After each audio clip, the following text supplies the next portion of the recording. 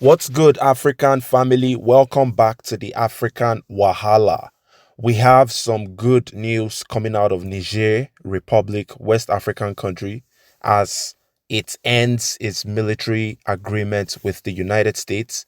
The leader of the military wing that had that conversation with the US officials referred to the agreement as profoundly unfair. And that makes a lot of sense. So, what had happened was the United States, being pretty much the most powerful country in the world for the longest time, even though that is slowly changing with the emergence of Russia, China, and some other regional blocs that are coming together. The United States stationed its military in different parts of the world, including Africa, just so it can have control and it can have a high influence on these countries. And also, the United States claims that it supports these African countries with military equipment and financial support to fight against terrorism. But unfortunately, even though the United States has been stationed in Niger Republic, having over 1,000 soldiers since 2012, they have not been able to reduce the activities of the Fulani terrorists and other terror groups that are operating in the Sahel. The only thing that has happened is the terrorism increased, the victims of terrorism in these countries.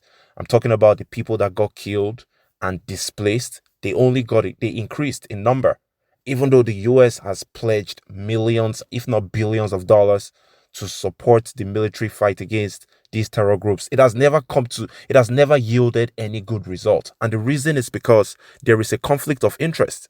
You see, the government of Niger Republic, just like most of these West African countries, Nigeria being a prime example, these governments are puppets to the United States government and their Western friends. That's how it works.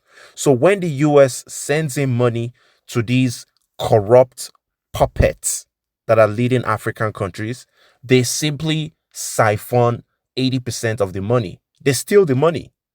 Instead of buying military equipment that can be used to fight against terrorism or to provide jobs and opportunities, boost the economy so that fewer people will think about going into criminal activities and terrorism, the corrupt government officials simply steal that money.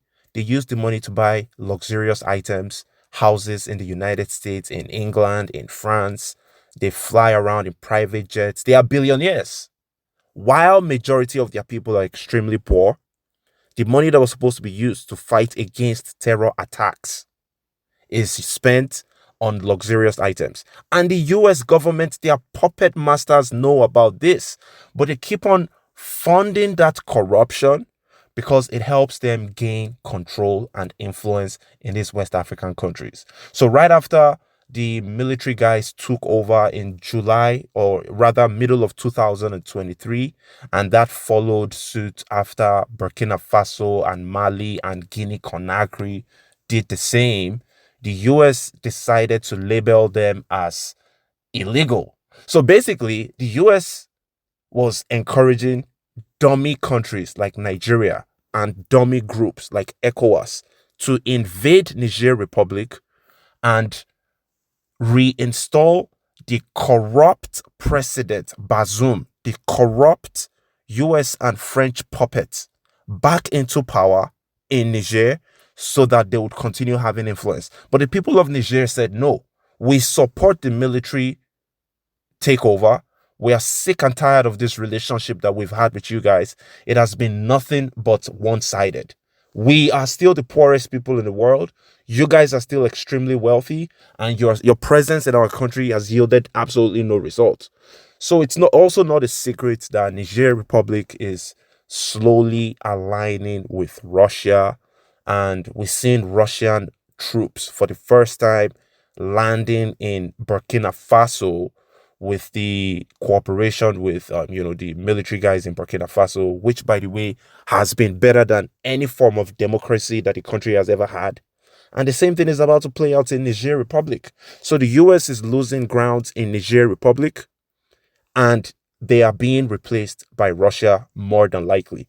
The only caveat in this situation is I really hope these military guys that are taking over these West African countries can be smart enough to know when to pump the brakes as far as their relationship with Russia or China is concerned.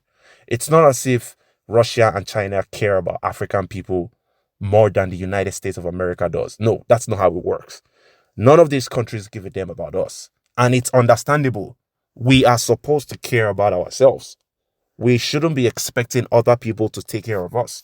So the ball is in our court as far as we being responsible for ourselves. So all these puppet leaders that we've had, the Bazooms of the world, the Tinubus, um, they only work in the interest of themselves, in their selfish interest, and the interest of their puppet masters. And in all fairness, these guys don't really care who the puppet master is. As far as they can be puppets, they are happy. So even if it's China, Russia, the EU, US, it doesn't matter. These African politicians are so cheap. They are like the cheapest forms of prostitutes you can ever imagine. These guys have no integrity. They simply sell off anything to the highest bidder. That's how it works. But I truly hope the military guys in Niger Republic will do otherwise and will be careful with their relationship with Russia or anybody. But as far as kicking out and cutting off the relationship with the US in terms of military cooperation, 1000% on point. That was a great move by the Nigerian military. That's what they are supposed to do. The relationship, the military cooperation between Niger Republic and the United States has never yielded any positive results for the people of Niger or the country of Niger. So cutting off that relationship is definitely a step in the right direction.